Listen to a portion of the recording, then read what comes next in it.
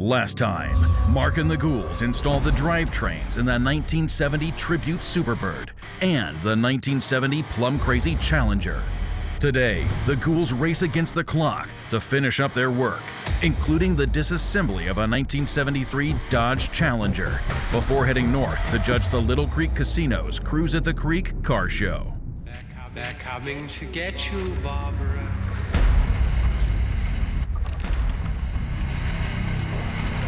Unburied dead are coming back to life. I'm Mark Warman, and together we bring dead muscle cars back to life, to exactly the way they were on the day they were born.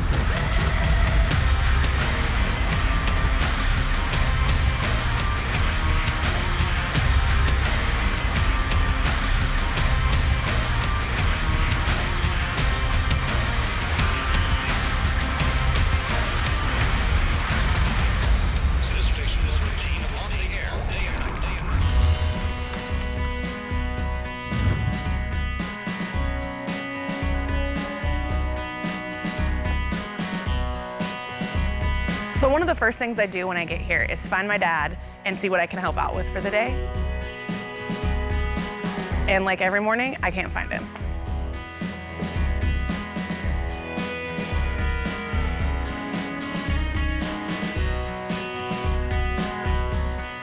Hey, Dave. Hey, how's it going?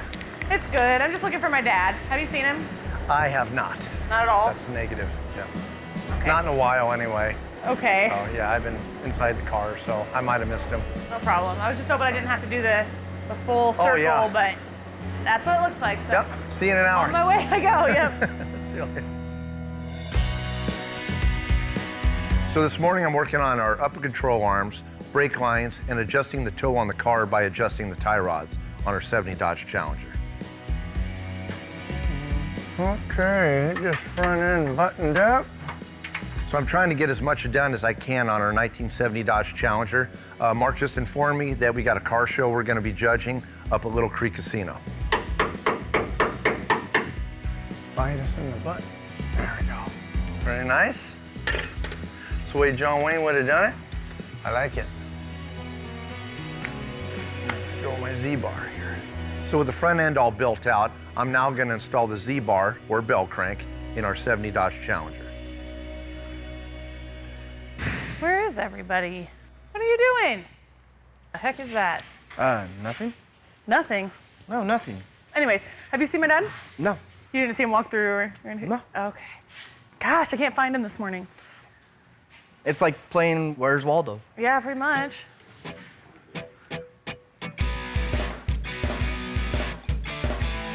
You can see this little groove around the edge. These little pins right here, when that thing snaps through these little holes, it protrudes to the inside and locks into that there, so this can't pull out. A Z-bar, or bell crank, is actually the bar that transfers all the pedal movement from the actual inside of the car. You have your clutch pedal, then you have a rod coming down and it goes to the Z-bar, which is shaped like a Z, and that's why they call it a Z-bar, or some people call it a bell crank. And what it does is when that one rod throws down on one end, the other end pivots, moves the rod, moves the fork inside the bell housing on your transmission friction disc that disengages your clutch, so you're able to shift gears. So I'm gonna put that in first. I wanna rotate it around so it's not like on the crack. Then I'm gonna start these in there, like so. Like that, and like that. So when this goes in there, it should go right into that channel. I can get it right here. See how it popped? Okay, hear that pop in there? See, now that thing won't come out of there. But if I pull these out, then it'll pop right out. So those little pins right there catch that thing in there, and that'll literally bolt right into my frame. Installation process on the Z-bar, it's kind of complicated because you're working up above your head. If you're in the garage or laying on your back, it's even worse. But what you basically have is you have like a ball joint end on both ends of the Z-bar, and you got an actual two-piece bushing. So you actually have to hold those two pieces of bushing together on the actual ball joint and slide the Z-bar bell crank inside of that, once it's all greased. So it's slippery, it's hard to get in there, it's hard to hold all the pieces together. So I kind of build one half of it out on the workbench, and then the other half actually is on the bell housing of the car. So you got to hold those bushings on there and slide that Z-bar in at the same time without it all falling apart, and then get it all mounted into place on the actual frame rail. So it can be a little complicated sometimes. I gotta feed that up in there. I always run it way past this way. So it's like that. Yep, I'll set this one up here so it'll just kind of sit there, because these are never, you gotta kind of hold these and shove that thing in there at the same time. So doing it on the bench is a heck of a lot easier than doing it underneath the car, but I've done enough of them where you get good. So now I gotta lift this up, and that thing will go right up into this slot on the transmission, as you can see here, or on the frame. Drop right in there like that. Then I can tighten this down, and then you can see how that moves. So there'll be a rod that goes from right here to the clutch inside. So when you push the clutch pedal down, that's what operates your throwout bearing here, which disengages your clutch so you can shift gears. Okay. So it works just the opposite. You think it's engaged, but it's not, it's disengaged. You need to disengage the clutch to shift. And once it's engaged, it locks in gear. Now disc slaps up there and grabs, and you have traction. Now that I got the Z-bar installed in the Challenger, I'll go ahead and drop the car back down, finish buttoning up some of the interior. I got the dash coming in from Instrument Specialties. When it shows up, I'll go grab George, help me put it in when it arrives.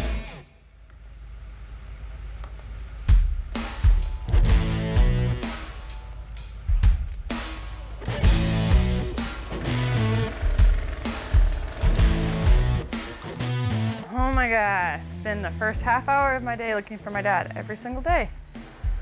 Shocking, he's not in the kitchen. Dad! He's not back there. So I've searched everywhere for my dad, and I still can't find him. I'm gonna check his top secret hiding spot, which is really just his car. It's completely blacked out windows, so he likes to hide in there and talk on the phone and do other things while the rest of us run around the shop and look for him. It's a fun game. Oh, and he likes to give me crap about leaving my car unlocked. He left his car unlocked, and he had like $100 in the middle console. And I know what he's gonna do, he's gonna call me a thief, but it's not, because we had this laundry policy growing up where I did all the laundry, and any money I found in the dryer I got to keep. So it's kind of like the same principle, you know, don't you think? Finders keepers. Stay tuned, because when Mark returns, the ghouls are in for an unexpected surprise. It's a celebration, bitches! No. And later, Mark and Alyssa and cousin Dougie begin disassembling a 1973 Challenger to convert it to a 1971 with a Hellcrate engine. We're gonna disassemble it in 27 minutes. Coming up on Graveyard Carz.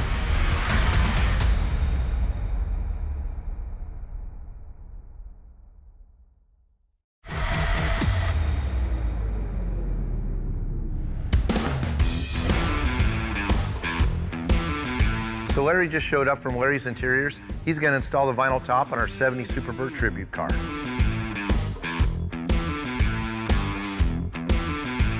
So before Larry puts on the vinyl top, we make sure the car's prepped, that the top is very clean, there's no imperfections in the paintwork or anything on the actual top.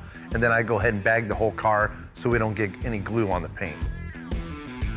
The kind of glue that Larry uses, I know for one thing is a fact, is as soon as that vinyl top touches that roof of that car, it's there to stay. I mean, it's really hard to release, so we want to make sure it's going to be a one-shot deal when he puts the top on. But I don't know what kind of glue he uses. It's some potent though, I know that.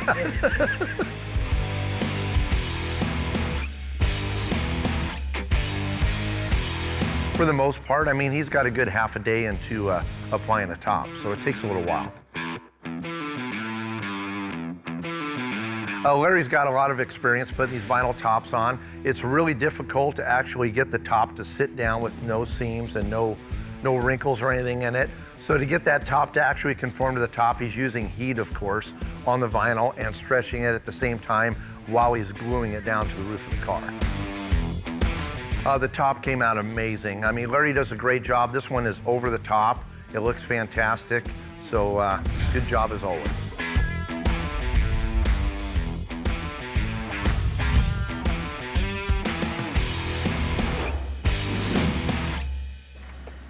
Hey, Vonda. Yeah. Have you seen my dad? So I'm still looking for my dad, and when he finally shows up, he's in a school bus. What? So we were just invited to go to the Little Creek Casinos Cruise the Creek show up in Washington. We went last year. It's such a fun show. They take great care of us. So everybody's pretty stoked. The whole cast is going to go up. So this year I decided to save some money. Kind of went out of my way, and this is what I do, the great gift giver. And I bought everybody a tour bus, party bus, limo bus. It's a school bus. Vonda, what is this? Why does he have a school bus? Why? It's a bus.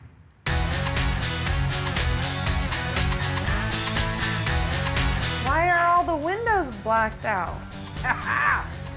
What is this? Like that scene in 48 Hours. What is this? What do you think? I think it's ugly. Why do we have it here? What do you think? Okay, so are you taking kids to school, or why do we have this? Party bus. That's our party bus. That's our tour bus.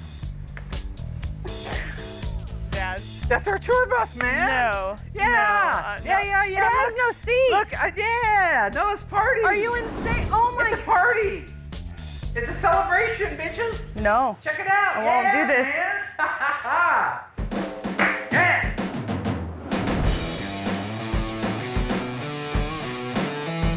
So our dash arrived from Instrument Specialties for our 70 Dodge Challenger.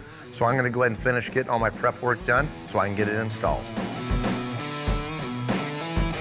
Some of the things I do to prep out the car for the dash installation is, of course, get the studs out of the steering column area. The studs will actually impede you from putting that dash on because the studs go through the actual bottom framework of the dash. So I make sure they're out, make sure my under dash insulation's in, all my firewall insulation, all my bracing, everything is in place before I put the dash in. Once the dash is installed in the car, I mean, it's pretty much ready to button up. All I have left to do is install the steering column and the seats, and we're ready to roll. A lot of people get in one vehicle and they'll like tour the country, so like rock groups and stuff. We're not doing that. We're a rock group. We're not doing that. Yeah. There you Huh? There's by Curious George. Dad, they don't do tours like that anymore. They get on a bus. The other day I saw him driving around in this little pickup. So you can't even Had a hold a boys and a conversation. girl's bike in the back. He has 2 kids. Yeah, I just think he's bike curious. Because when I tell Dave and Will about this, You ain't telling anybody about nothing. yeah, when I tell them Don't tell about anybody. they're not going to do it. Will won't do it. And if Will does, what? Don't tell anybody anything. Seriously, promise. You gotta promise me. Loose lips, sink ships. Nobody knows. I want to surprise them. I'm Whatever, gonna take Dad. it down. All right, whatever. I promise. I'm gonna put it They're down not in the gonna do storage. it. I'm gonna put it down in the storage unit so nobody knows about it. I'm gonna start ordering stuff for it. Yeah. So they're going to Our be little secret. so excited. Father and daughter secret. I wish we had a different one, maybe like a cool secret. Yeah, this is a cool secret. This is. No. So stupid. My old bus number as a kid. I knew it. God, you're so. Oh, I can my use this God. like exercises.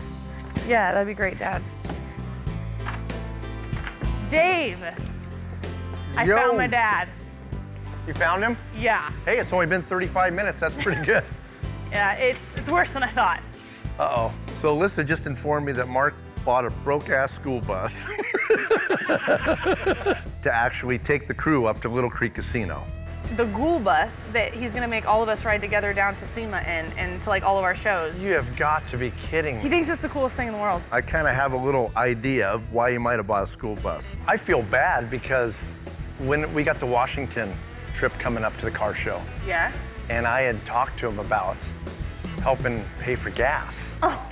I asked if there was a possibility that we can get reimbursed for our fuel going to and from these car shows. Well, it turns out that now all of a sudden, a bus shows up, a school bus. So I feel responsible So this is you're for the bus.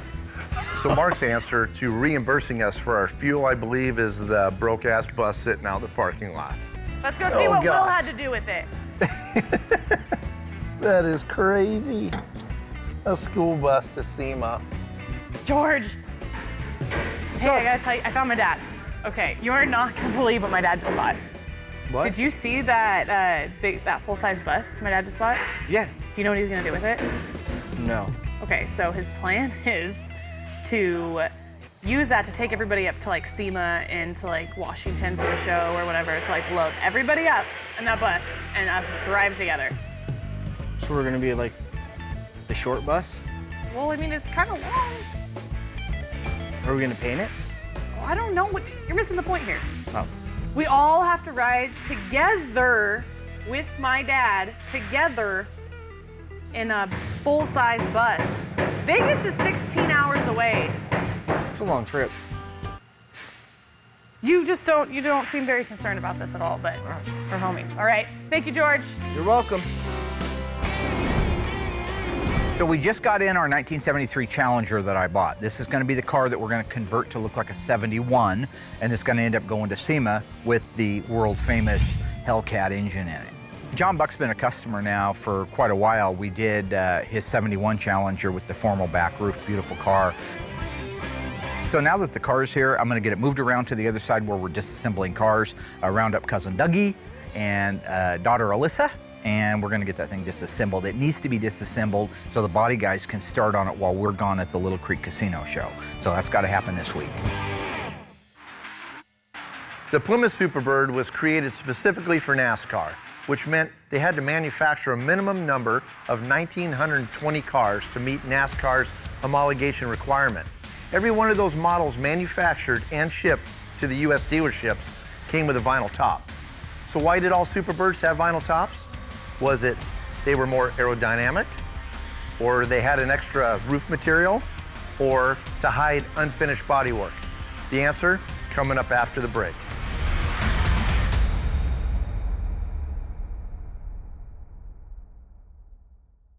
So why did all Superbirds have vinyl tops? The answer is, instead of finishing the bodywork around the area around the rear window plug, which is a Superbird only feature, it was faster and cheaper to install a vinyl top.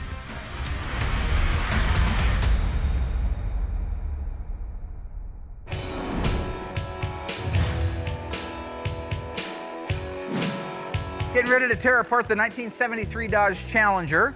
This car I bought for the sole purpose of making it into our 71 Challenger RT tribute car with the badass Hellcat engine in it. So all we've got to do is change the fender side markers out, quarter panel side markers, rear body panel, and the nose piece on it here. Get this out of the way and put regular Challenger grille in there. And we've got a 71. So cousin Dougie, cousin Alyssa, we're gonna disassemble it in 27 minutes. Okay. So wait, what do we do? We're gonna disassemble the car, Mary. Yeah, so we're taking, right. this is a 73? Half inch. He doesn't care, he never listens 9/16. I'm gonna start doing the 3-inch something else. extension. Impact. Go. So let's just start taking the doors off. In this particular case, so the reason behind taking those doors off first is it gives you so much access to everything. Doors got to come off anyway, right? So if you get them off, get them out of the way, then you have full access to everything. The back of the fender bolts that hold it in place, the dash assembly, the things that you have to get to be able to pull the interior out. It's just one of the very first things that we take off the car. Sweet mother of pearl. I needed to crank it a little harder. What has happened? What have you done to my machine, Dougie? I don't know, Mark. I don't know. It's going, buddy. It's going, it's going, it's going. Don't get crazy on me. Okay, I won't. Cousin Dougie, as I call him, is my cousin Doug, Doug Oldham. We grew up together. I've known him, obviously, since I was a baby, and he's a phenomenal technician. Me and cousin Dougie go way back time machine, working on cars. You go back to when Doug and I were kids, all we worked on was Mopars. I mean, if something else, if a brand X we called it came along, we'd do what we had to if it meant to flip it or get it running for somebody. But we were always Mopar. His very first one was a 70 Barracuda, Grand Coupe 318 4-speed. My very first Mopar was a 1970 Dodge Charger 383 two-barrel car. So never gonna do it. So you start undoing the bolts in the doors, and if that door starts to sag, just crank it up a little bit, Alyssa. Okay. Okay. Since the point of this build with the Hellcat is to duplicate John's original car, let's take a look at his fender tag. Forget the E65 and the D32. We're not doing a 383 HP and an automatic 727. Let's go down to the things that make it really stand out that you know it's his car or looks like it. FJ6 green go paint, V1X full black vinyl top, the A78, the very rare formal roof package. We got J33, a left-hand outside chrome mirror, H51 air conditioning. Now that won't show on the outside, but it'll be important to the driver. J45 hood pin tie downs, J54 sport hood, N41, N42, that's your dual exhaust with bright tips. And the most obvious part, the V6X, the longitudinal black stripe. So those are the important codes to watch for as we build this car out for Mr. John Buck. Just start unbolting everything, getting it out of the... Everything. Yeah, and put it on that, put what you can on that cart over there with the pads. Around Graveyard Cars now, we have so many cars. We have so many vendors, so much stuff's available that was never available. So when we're starting like on the disassembly of the engine compartment, cut that wiring harness out of there. We're gonna put a new engine wiring harness, a new headlamp harness in it. We're gonna put a correct date-coded voltage regulator. We're gonna restore the wiper. Now we don't throw it away, we restore it. But a lot of the stuff under there, we're never gonna use again. So we cut it out and we throw it away. It makes it a lot faster and it takes up less room in the end. It's a 73, so it has quite a bit more stuff on it than the 7071s. Like that charcoal Where's the rubber canister. mallet at? Huh? Where's the rubber mallet? To help get, I'm not strong enough to do the first turn. Let me see what you got. I don't really know what to think of Doug yet. He's just a man of few words. He doesn't speak very much. He's nothing like my dad. Hood hinges are the same from 70 to 74. So we'll just set a pile here that we're gonna put back in the car when we're done. See these studs? Uh-huh. They used these on the AAR and the TAs. And then later in the years, they started using them on the regular cars instead of just bolts going down through there. I think it was to hold the fender in place for assembly line purposes. I don't know, but it's interesting to see how they changed their philosophy as they went along. Coming up, Mark and the Ghouls continue the disassembly of the 1973 Challenger Good luck. This ain't gonna work.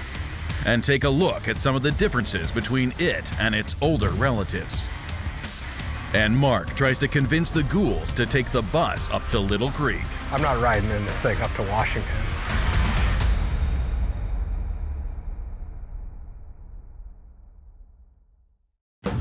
Here are some interesting facts about the 1973 Dodge Challenger that you probably didn't know. There is no question that the 1972 Dodge Challenger suffered a lot of styling and option cues from the previous years of 70 and 71. However, in 1973, they continued declining, that finally in 74 led up to the end of the Dodge Challenger. So let's just look at the 73. It's the first year they put these hideous, god-awful, huge bumper guards on the front and the rear of the car. The very first thing that owners of those cars did was took them off and put on the 70 and 71 style bumper, which was much sleeker and cooler looking. It also happened to be the very last year that you could get the world-famous, renowned 340 cubic inch engine. Sadly, that was it.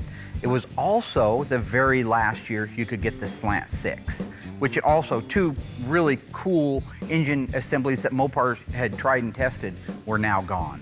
Another sad fact was the tachometer. They went from the cool 8,000 RPM, but they felt like that was encouraging people to drive too fast. Obviously, the engines could still turn the RPM, but they went from an 8,000 RPM tack down to a 7,000 RPM tack. Ultimately, one of the things that I thought was most sad was Mopar was known for its high impact colors.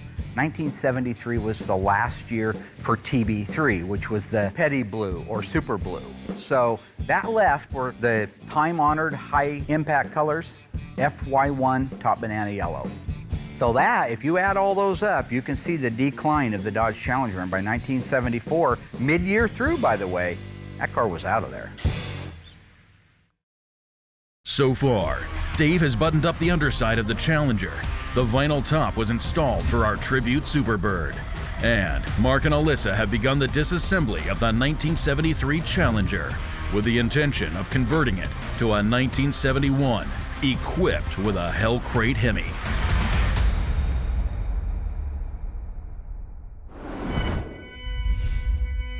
The Challenger's coming along great, just moving right along, no big problems yet, just trying to knock out this interior. Just got the dashboard in, so that's a big piece to this puzzle. So it's just a matter of getting the console in, the seats, the door panels, and pretty much the interior is going to be done. And then all I got to do is put some exhaust underneath this, and she's going to be ready to fire up. You know, I had kind of expectations of, you know, having it actually ready to fire up tomorrow by noon. I'm going to be really close.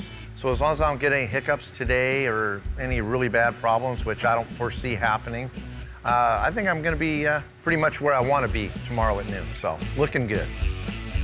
The 1970 Dodge Challenger, what makes it really cool to me is in high school I had this identical car, but it was a convertible.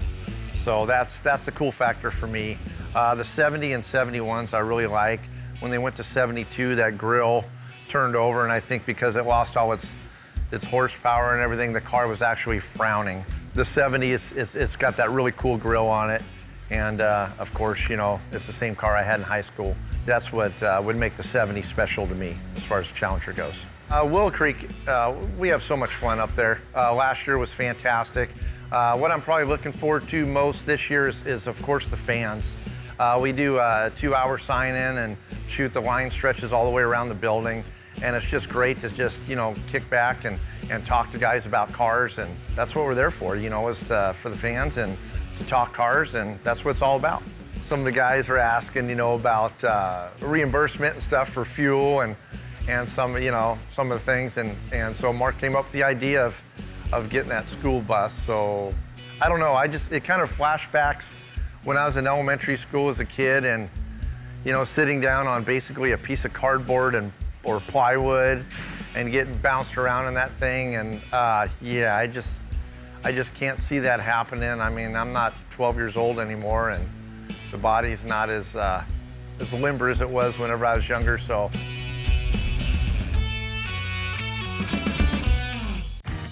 When we were kids, growing up on South 4th Street, Dougie made me complicit in a go-kart heist. Had a little go-kart sitting in an alley. Doug decided we'd save him a trip to the dump. So we helped ourselves to that little thing. Went up to his house, started putting it together. He had an old Suzuki 185.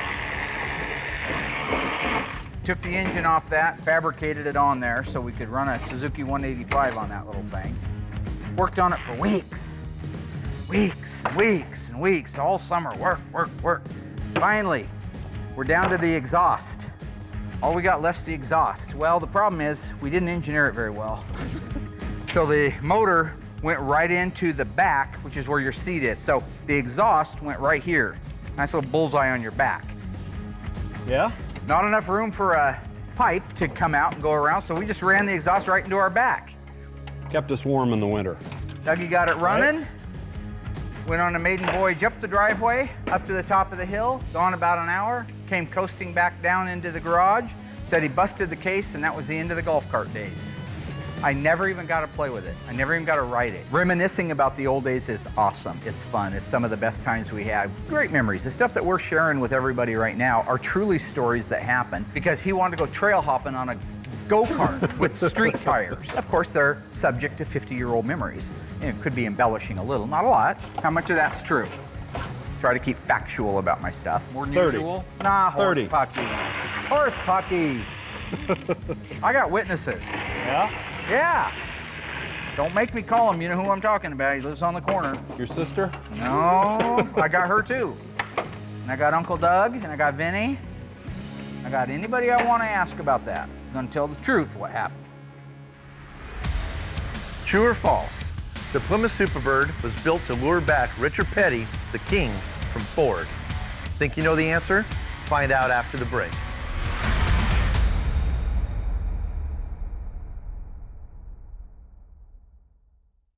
So, was the Plymouth Superbird built to lure back Richard Petty from Ford?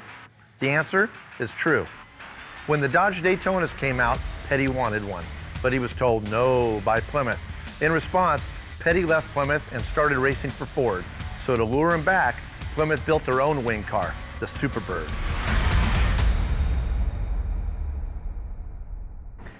All right, we've almost got the wiring harness ready to come out. So right now, cousin Dougie and the fruit of my loin, Alyssa, are disassembling the 73 Challenger. It's taken a little longer than I'd hoped it would, but as long as we get it knocked out today, I think we're in good shape. It's good. Clips, we always replace them, so that's ready to go.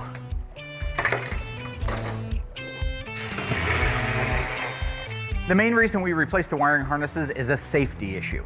We've got 50-year-old wiring harnesses in a lot of cases. That stuff, the installation gets hard, it gets brittle, doesn't have the ability to hold the voltage. It could short out easier than a fresh one. So what we do is put brand new ones in and take out that possibility of burning a car to the ground because we wanted to save a 50-year-old wiring harness. Burning daylight. Burning daylight. Don't want to do that.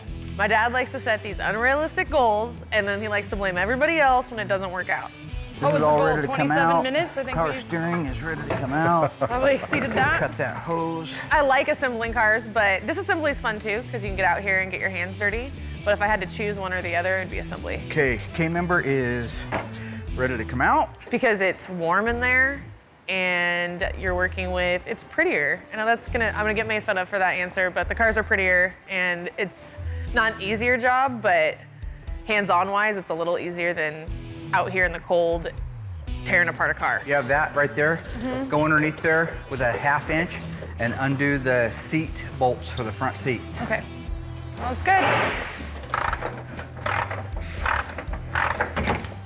Okay, I'm done with this. I want a more powerful gun. What? You want one of these Big impact guns. Yes, I do. Okay. Let's get the job done. Yeah.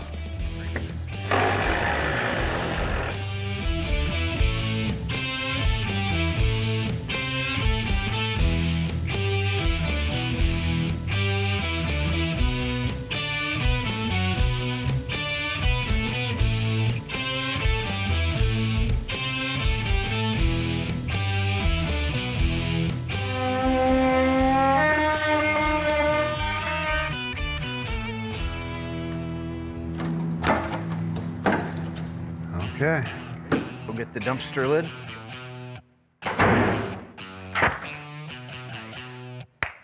Chrysler made significant changes to the outside of the E-bodies, just like they did all of their cars. But you could never mistake a 72 Barracuda to a 71 or a 70 because the side markers would give it away. Taillights would give it away. Grille would give it away. The taillights are a lot sexier in 70 and 71 on a Challenger than they were in 72 on through 74. Same thing with the grille. You look at a 72 to 74 Challenger and they call it the frowny face. It's got this big upside down frowny face, where the 70 and the 71 are sexy as hell. So yeah, there were styling changes. The rest of the car, pretty much the same for the most part. Intricate little changes, but for the most part, the same other than exterior ornamentation. I got a little change in my pocket.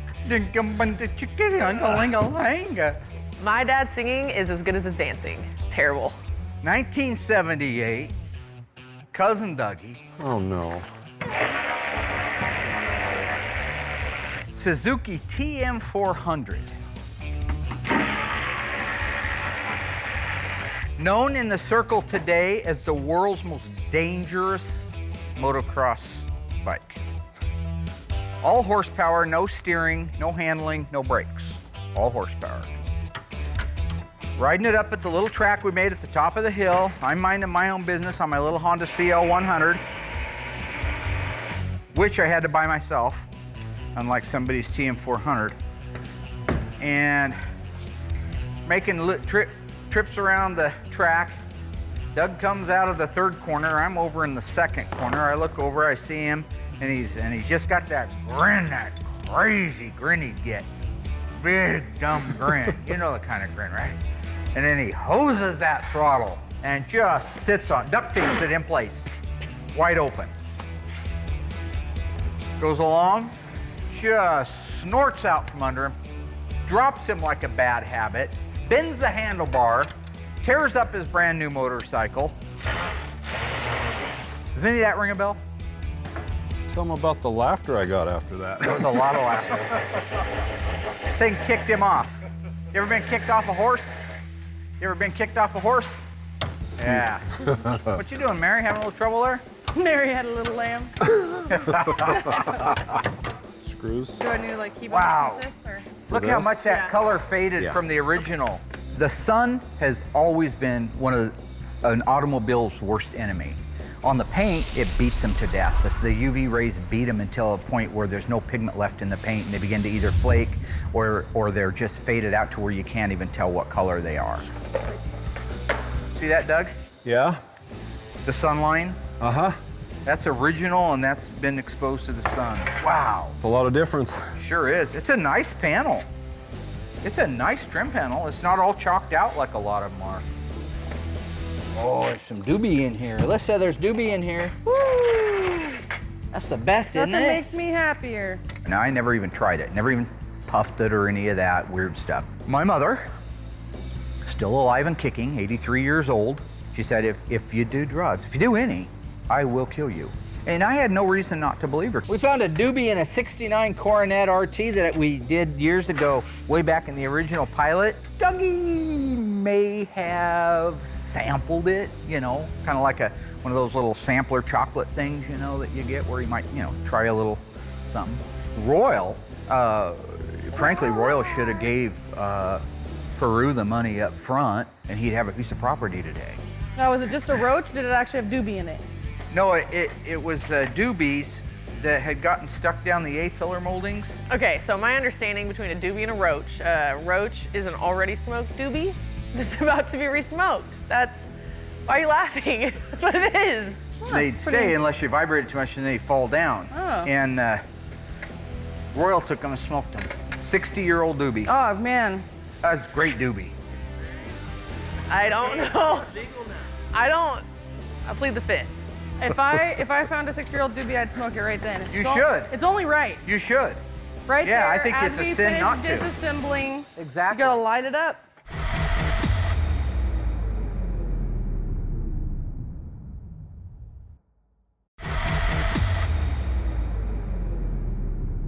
Got another cart back there wide open for us too. All right, guys, it's 5 o'clock. Come on, Mary, it's not. Go get It's 5 o'clock. a pair of needle. You know, the argument that it's 5 o'clock, it's 5 o'clock somewhere everywhere, right? Check over in Brazil, down in Australia, it's always 5 o'clock somewhere. Doesn't mean you just drop trowel and just take off running. You know, this ain't the Flintstones. You ain't gonna slide down the dinosaur's back and scream yabba dabba doo at 5 o'clock when the whistle blows. We got stuff to do. 4:58. You got me for another 120. 4:58. Where are you going? To get a pair of needle nose vice grips. Okay, Doug, I'm gonna say bye now because as soon as I have a chance to escape, I'm out. Have a good night, Alyssa. You too. Aren't you and your little lamb getting there? And are you guys quitting on me? Yeah. What the hell? It's Why not? Why not? It's not even 5 o'clock. That's why not. So the bottom line, end of story, the end of the day, whatever little metaphor you want to use. I say when it's quitting time. We'll drill it out. All right, we'll do it tomorrow. How about that? Sounds good. And you guys cut right there, and it's like really dramatic. So don't leave that part in where I told you to cut right there, because then that just makes me look like an idiot. Let's just leave everything out here, and we'll pick up in the morning. Sound good? like it. I like it. Okay.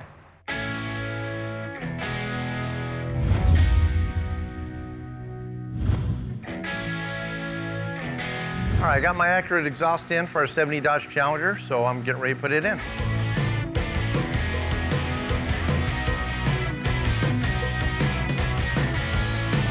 This is it, man. This is the big one. The big dream, the enchilada. This is the mother bear of them all right here.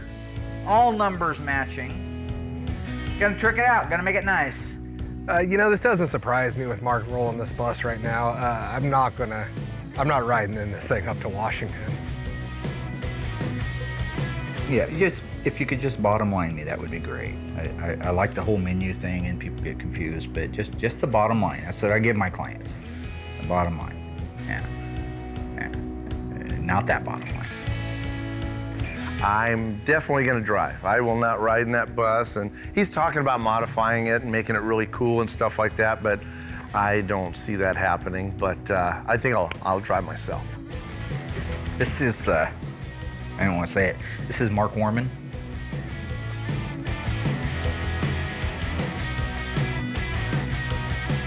Warman from Graveyard Carz. On Velocity. Cable network. I don't even know what came across his mind for this to be a good idea, but this is a horrible idea, and I guarantee you there's not one person in the shop that's gonna ride in the box. It's a reality TV show. Yeah, like the Kardashians, right?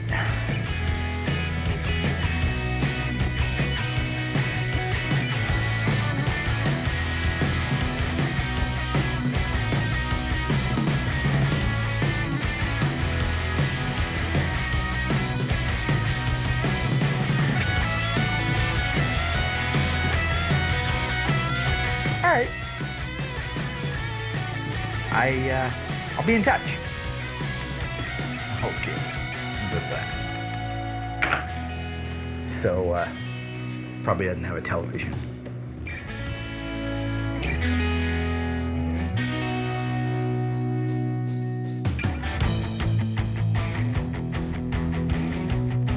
Got all the exhaust in the 70 Dodge Challenger. Didn't have any problems. Everything just went in, you know, just like it's supposed to. So, looking good. So that's one more notch in the old belt. So I'll move on to something else. So all I pretty much got right now is just a couple door panels and a back window and the front windshield put in this car, and it's done. So looking good.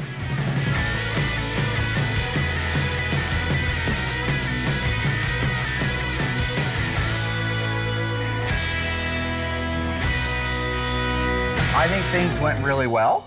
Very proud of Dave, as usual. You 70 were out messing Challenger around. I couldn't RT. find you anywhere. Yeah. One of 916 made, probably only one or two made in Los Angeles, and probably the only one in the world with that color combination. You got the Z-bar put in, you got all the clutch linkage done, wrapped up the bottom side of the car, so we're getting very close to being able to deliver that. In regards to finding me, I'm gonna give you a little clue. I'm everywhere, and... No, you're not. You're nowhere. Put your lips together for a second. And I'm nowhere. So you figure that out. That's like a Chinese riddle. Okay, you're out looking buying for a me, I'm bus. everywhere. What does that mean? Well, it was a... You're out messing It's a around. party bus. It's what they call a tour bus or a limo bus. You're gonna be on that by yourself. Wow, when I first looked, I thought there was gonna be more room because I saw you in here, but Ain't never gonna die. We're gonna party all the time. The funny thing was you got so excited about the bus, you wanted to drive it. you weren't looking for a Why bus. have you taken the emergency brake off and rolling What's now? happening? Sweet dong. That's fine. She wants to ride the bus. But she can't drive the bus. She's like Chris Farley from Billy Madison. She's constantly eating. She backs up, blocks traffic for 20 miles. Can't It's find a where lot forward harder gear to drive is. a bus than one would think. As Well, clearly as you saw. I how may that very worked well out. now because you ratted me out to everybody because you can't keep your big fat mouth shut. Nobody wanted to ride More with you in that importantly, bus, Dad. you've got light fingers. All right? What does that mean? Light fingers means you're a kleptomaniac. You can't keep your fingers out of other people's stuff. You're, Okay. you're a thief. No. A criminal. What's yours is mine. You're my dad. Little Creek Casino was great though. Little Creek Casino though was a great time. We always love our time up there, picking the cool cars. I went with the 1971 Dodge Charger 444 speed. How many of those were made? 9. Yeah, rewriting history again. Phenomenal show. We had a lot of fun. Thank you very much to those guys. They always roll out the carpet for us. Alyssa gets drunk anytime we leave the premises, so she was drunk the entire time. I have a It's kinda couple cool. drinks. Yeah, I thought same this as was being Will. drunk. I didn't drink Okay. anything. You know how I unwind? I NyQuil. sleep. No, I don't drink NyQuil. What am I, a NyQuil addict? Yes. Not anymore. Yeah. See you next time. Where are you going? Are we done? We're done?